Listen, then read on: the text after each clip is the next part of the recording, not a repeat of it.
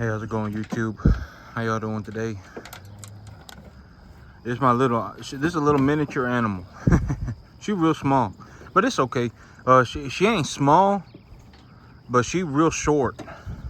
She looks just like the rest of them. She's just real short. But it's okay, it's fine. She a miniature. I didn't know, but that's fine. I got my coffee in hand today. This guy, look at this guy right here. Look good, right?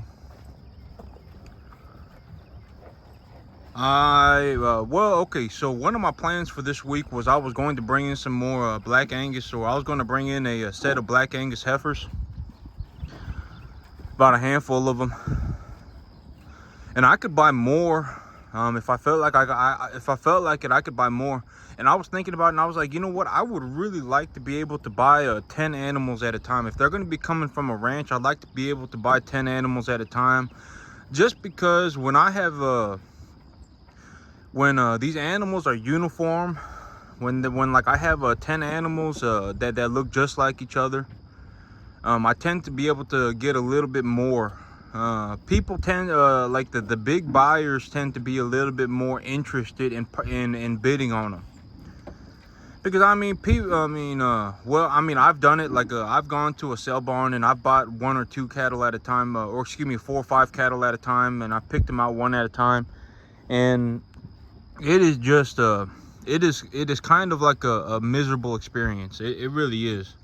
The cattle may be cheaper, but they cheaper for a reason. It's just it takes a lot of effort, and then you bring them home and got to take their temperature to make sure everybody's doing okay, and if their temperature is high, they got to get shots of medications. Just a kind of a lot of there's a lot that goes into it. And so being able to just go into a sale barn, or being able to go to a ranch and just being able to talk to the rancher, or just going into a sale barn program and knowing that the animals are vaccinated, that the animals have been weaned, that they've been preconditioned, that's always a huge benefit. It just saves a lot of the money that the rancher or the sale barn makes on the cattle. The premium that is obtained from those cattle, usually that premium would be lost, because animals, like if just one animal dies from sickness, from illness, that's several $100s just gone. And so my big plan right now is that I'd like to buy a 3.5, a 3 1/4 to 3.5 weight cattle, and I'm looking for heifers. I think heifers are going to be the best opportunity right now, just because of how things are going. And so I'm looking for a good lot of heifers. This guy decided a couple days ago that he really liked me, I guess. He follows me around. He ain't never let me really pet him or anything, but since about 2-3 days ago, he lets me he just follows me around and he lets me pet him. So I guess something just he just changed his mind or something. But yep, I'm looking for heifers, and I found a set of heifers that I could buy. They're about $2.10 a pound from a local ranch. They're Black Angus, really pretty heifers. And well, I still got that I got a escrow refund check. I got a refund check from my escrow, and it was like $3,500, and I still got that money. And in my previous video, I was saying that I could buy 5 good animals with $2,500. What I meant was $3,500. I misspoke. I can buy, oh my gosh, she just knocked the coffee. Okay. But yep, for about $3,500, I can buy 5 good animals. So that would be about a 3.5 weight animal for $2 a pound. And so you know, and that's kind of the going rate on these animals right now. Like if I went to a preconditioned calf sale and they said, okay, this is a set of number one heifers. This is a set of number 1 heifers right here. I'd be buying them at about $2.10 a pound. Some of them may get a lot more, but most of them are going to be selling for about $2.10 a pound. And so yep, I was like, you know what, I could liquidate these animals early, and I could bring in a set of heifers right now, a set of real pretty Black Angus heifers, and I could liquidate these animals early. But then I thought about it, and I was like, I ain't gonna do that.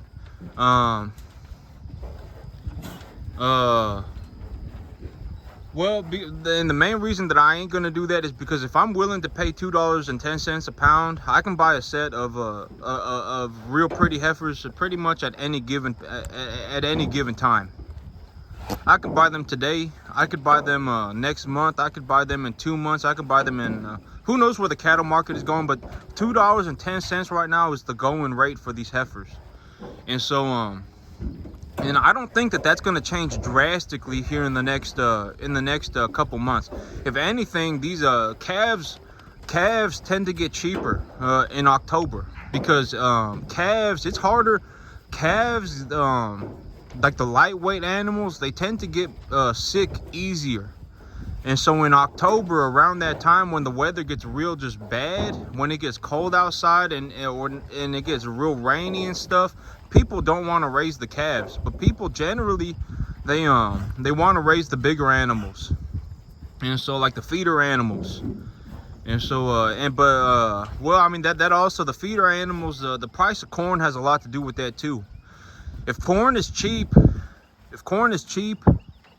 I would just anticipate it ain't so this whole thing, like I always say in life, when I talk about doing things, and I say this is my plan and this is what I'm gonna do, I'm just making my best.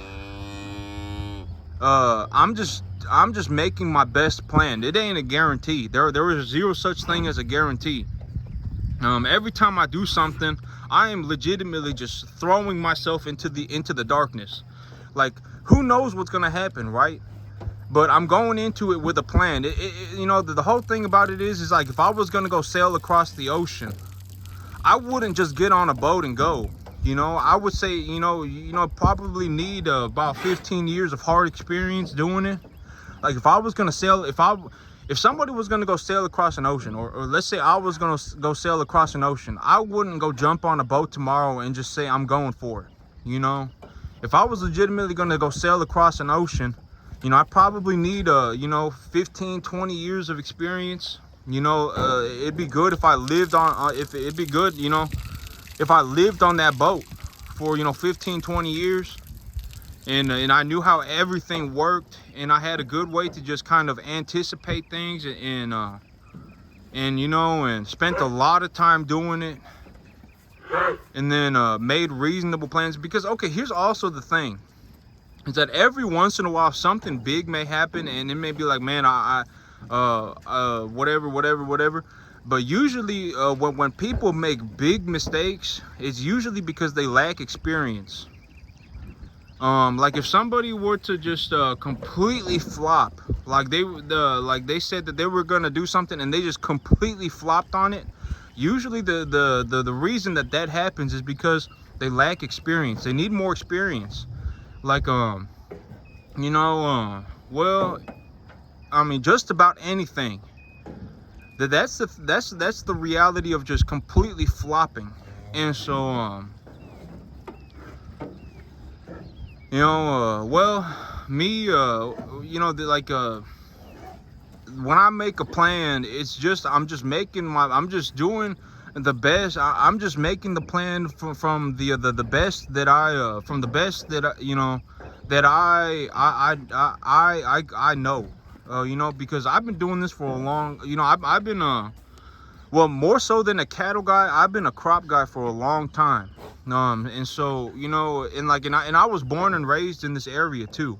And so I understand the weather. I understand the climate. I understand, when the rains are supposed to happen, etc., etc. And maybe 1 out of 10 years, we go just somewhere just completely off center, where it's like really dry or it's really wet. But other than that, usually our climate just is what it is. In the spring it rains, and in the summer it gets dry, and that's just how it is.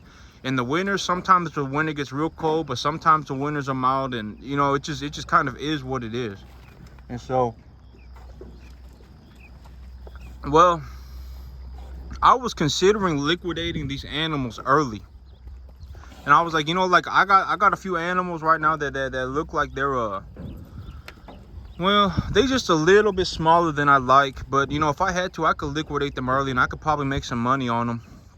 But I ain't gonna do that. You know, if it, oh, buddy just hit me with his head. But these animals, well, if I'm willing to pay $2.10 a pound for a lightweight, a set of lightweight heifers, I wouldn't think that that's gonna change drastically. I mean, I would be willing to bet that ain't gonna change drastically here in the next 2 months. Okay, if anything, the price is kind of gonna go to the side or a little bit down, if anything, for the lightweight calves as we approach October. And so you know, I ain't gonna liquidate these animals early. I still need about another 2 months. Like, you know, see this guy right here, he's just about 2 months away from being ready for market. And you know, like the guy right next to him right there, he's just about 2 months from getting ready for market.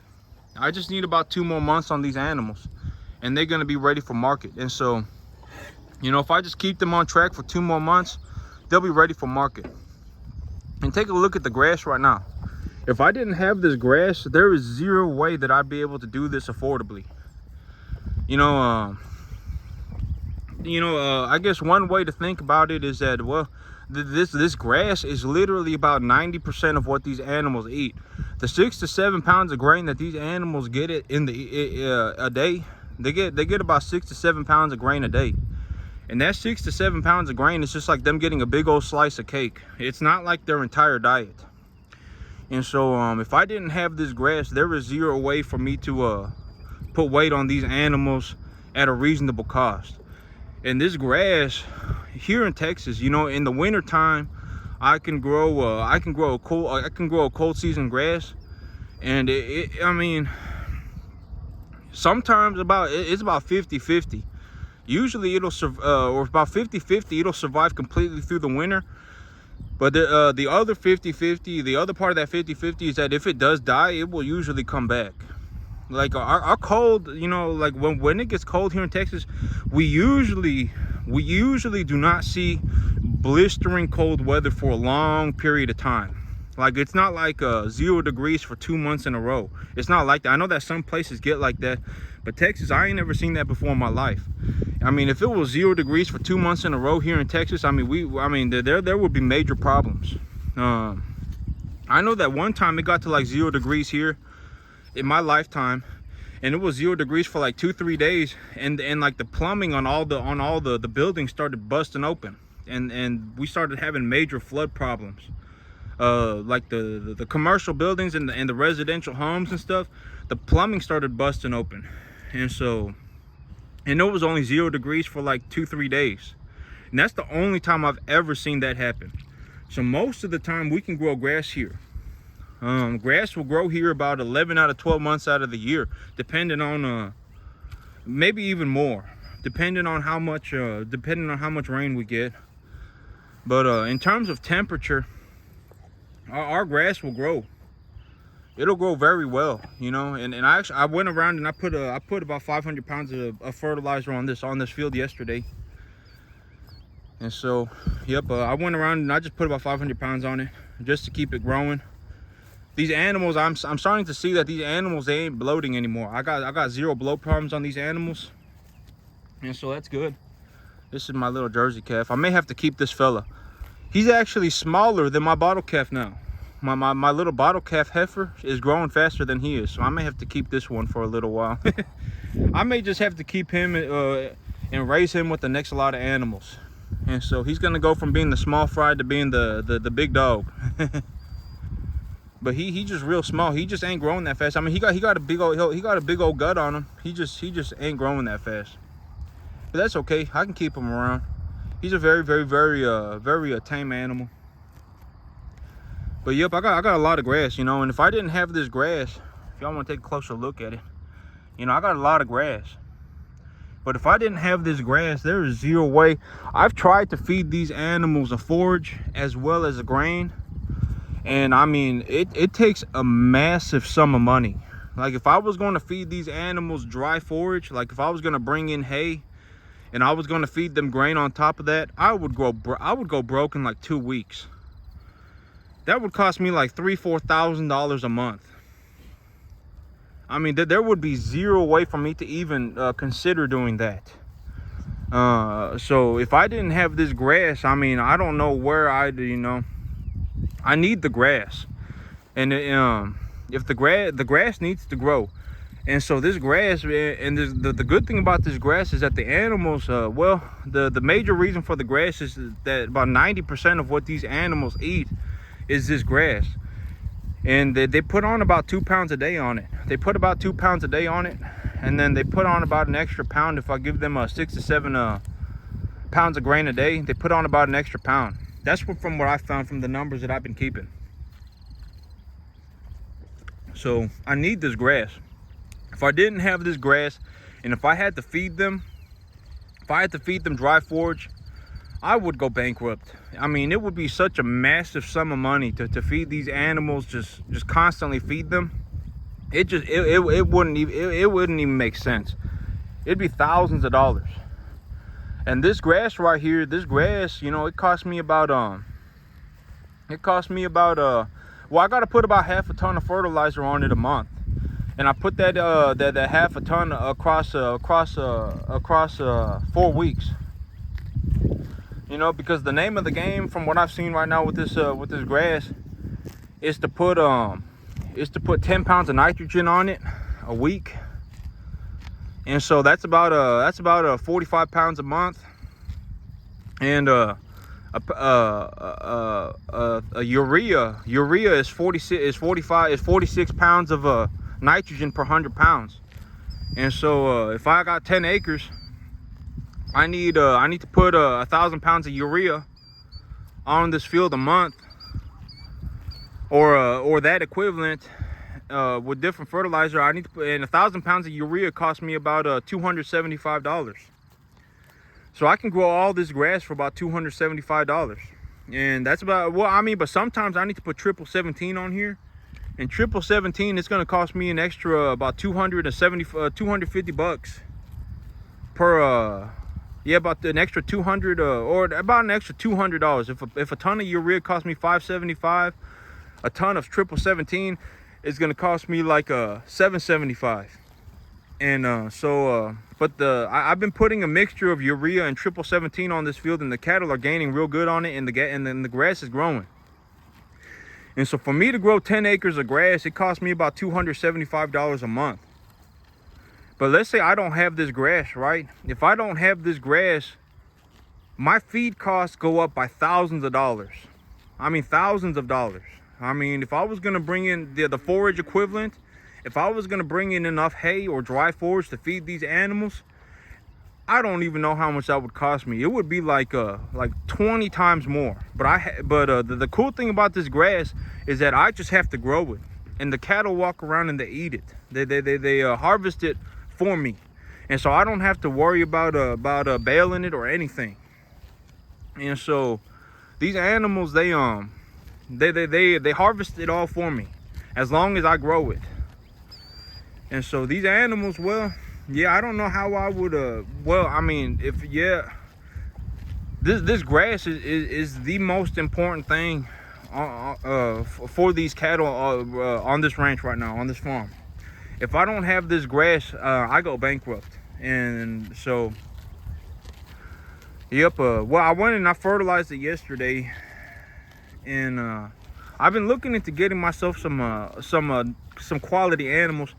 And so one of the things that I was looking into when I was looking into these animals is that if I go and I get a set of number one heifers, some number one graded heifers, and I pay the top dollar for them, I pay $2.10 a pound. I pay about $700 for a 3.5 weight animal. If I go and I pay a top dollar for these animals, and they've been graded as a number one, and I take care of them, when I sell them, I'm also selling a number one grade heifer. And a number 1 grade heifer, I may even be able to well, I mean, they may even be able to go into a replacement heifer market. And I was reading a paper on these heifers, and I was just reading. I don't remember exactly what I was looking for, but I was just reading stuff on cattle, and it said I read one paper that said well, the heifer a heifer will go into heat when she has reached 60% of her maximum body weight. And so if a heifer at full size is going to be about 1,200 pounds, about 12 to 1,400 pounds, when that heifer gets to about 6 to 7 weight, she's going to go into heat. And heifers, they will only go into heat when they've reached that proportion of their body weight. And so if I have a bull walking around and he's sniffing the rear end of the heifer, and he's picking up that she's in heat, then I know that animal has reached about 60% of her maximum body weight, and that's the maximum body weight of her entire life. So if she grew to full size, she would get about just under twice as heavy. And so I was reading a paper on a heifer, on these heifers, and in the study they stuck a bull on the heifers when the heifer was 7 weight, when the heifer was 685 pounds. And so they stuck the bull on the heifer at 685 pounds, and and when the heifer had her calf, and after I don't remember exactly what happened, but after the heifer had her calf, and I'm pretty sure it was like the next year, a year later, the heifer only weighed 800 pounds. And so I guess it was like a study done or something. I don't exactly remember what the study was for, but the study was saying that it was a set of good heifers, black white-faced baldies, and they stuck a bull on the heifers when the heifers were an average weight of 680 something pounds, and the heifer had a calf, and a year later the heifer weighed like just 100 pounds more. And so the heifer was capable of having a calf at that 7 weight. And so I was thinking about that, and I was like, man, if I can if I can raise a heifer to 7 weight and stick a bull on them and just drop a calf on them, I could sell pairs. I could sell a 7-8 weight heifer calf pair, or heifer pairs. I guess there wouldn't be a heifer pair, a cow calf pair. And a cow calf pair brings in a lot of money. They bring in like a good cow calf pair will bring in like $2,000 each. And so I was thinking about that, and I was like, man, well, and then I was like, you know what? If I really felt like it, I could just go. I could just do cow calf too. I think cow calf is going to be the name of the game for the next couple of years. I think cow calf is going to do real good. It's going to be a good way to make money. And so I was like, man, maybe I could go into cow calf, and I could just bring heifers in here, and then just raise them, and then stick a bull on them, and just start dropping calves. But I'll have to think about it. These stalker calves, you know, a lot of people, I think you know, I'm good at raising these stalker calves, and a lot of people they find it very difficult to raise stalker calves. You know, their diet has to be extremely meticulously maintained. You know, they need to be up to date on their medications and et cetera, to wean them early. It takes a lot to wean calves early. And the benefit of having a mama cow instead of weaning a calf is that if the mama cow's rumen is able to digest is able to hold a larger volume of feed, as well as digest a mama cow was able to get her required nutrition on a wider variety of feed. So the mama cow, she can eat old grass. She can digest old grass. She can well, I wouldn't say old grass, but she can digest a little bit lower quality grass, and she can eat a variety of hays and all sorts of stuff. But these little small stalker calves, they need these smaller animals, they need their nutritional requirements need to be meticulously maintained for them to live properly, for them to grow properly. their grass needs to be a high quality grass. It needs to be easily digestible with a certain amount of protein in it. I mean, raising stocker calves, weaning calves early to raise them as stocker calves, it takes a lot of due diligence. I mean, they have to be meticulously maintained. And so a lot of people find the stocker calves are very difficult to raise, but you know, from what I've seen, I'm capable of doing it. You know, like if someone dropped a whole bunch of 3.5 weight calves here, you know, I could raise them, you know, and I wouldn't really have any major problems with them. You know, the stocker calves, they you know, these animals, they look good. And so yeah, the stocker calves is considered the highest risk category for the cattle industry. When people talk about high risk cattle, they're talking about stocker cattle, or they're talking about particularly stocker calves, these small animals that have been weaned early. These animals are extremely risky to raise. And so yep, and so, well, you know, I was kind of just looking at things, and I was like, man, well, if I can raise a heifer to 7 weight and stick a bull on her and just drop calves on them, I could sell pairs, or I could just, you know, raise the calf, or I could just take care of the calves. Well, oh, and the reason that the cow calf is so much easier to raise calves on a mama cow is because if the mama cow can eat a larger variety of feed, and then the calf can just go in and drink milk from the mama. And so the calf can get a lot of their nutrition, can get a majority of their nutrition from just drinking milk. And the mama cow can eat the forage.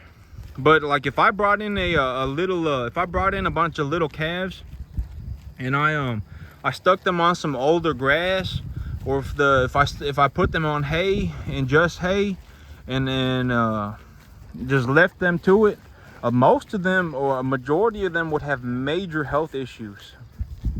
They would and a lot of these health issues that a lot of so animals that get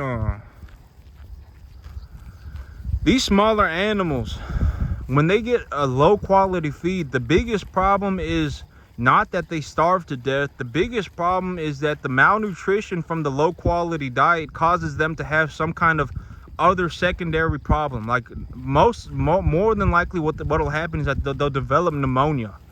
They'll get some kind of BRD. They'll develop a bovine respiratory disease. They'll get some kind of a BRD, and then they'll die.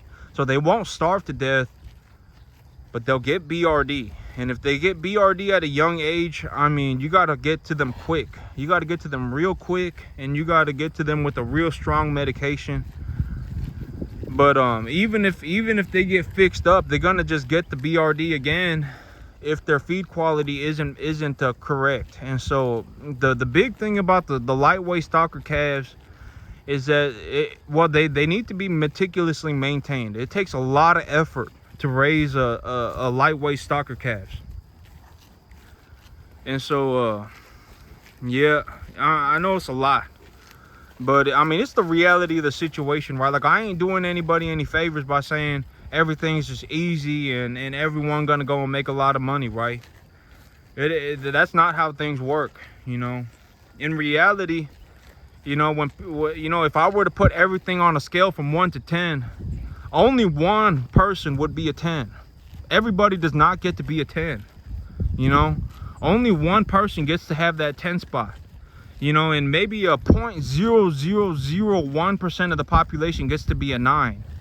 And then maybe like 0.001% gets to be an 8. And then 0.01 gets to be a 7. And then 0.1 gets to be a 6.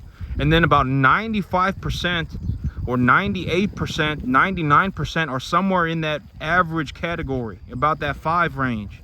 And so to break out of that average category on anything, whether it be raising cattle, it could be playing basketball, anything, breaking out of that average range is immensely difficult. I mean, it is a life or death struggle to just even be a 6. And so, you know, life is, you know, being good at something in life is extremely difficult. And it just is what it is. And to be a person that is above the average category in anything it is ridiculously difficult to be above average on anything. And so, you know, it just is what it is. But that's it from me today, YouTube. I gotta get going. Y'all have a good one.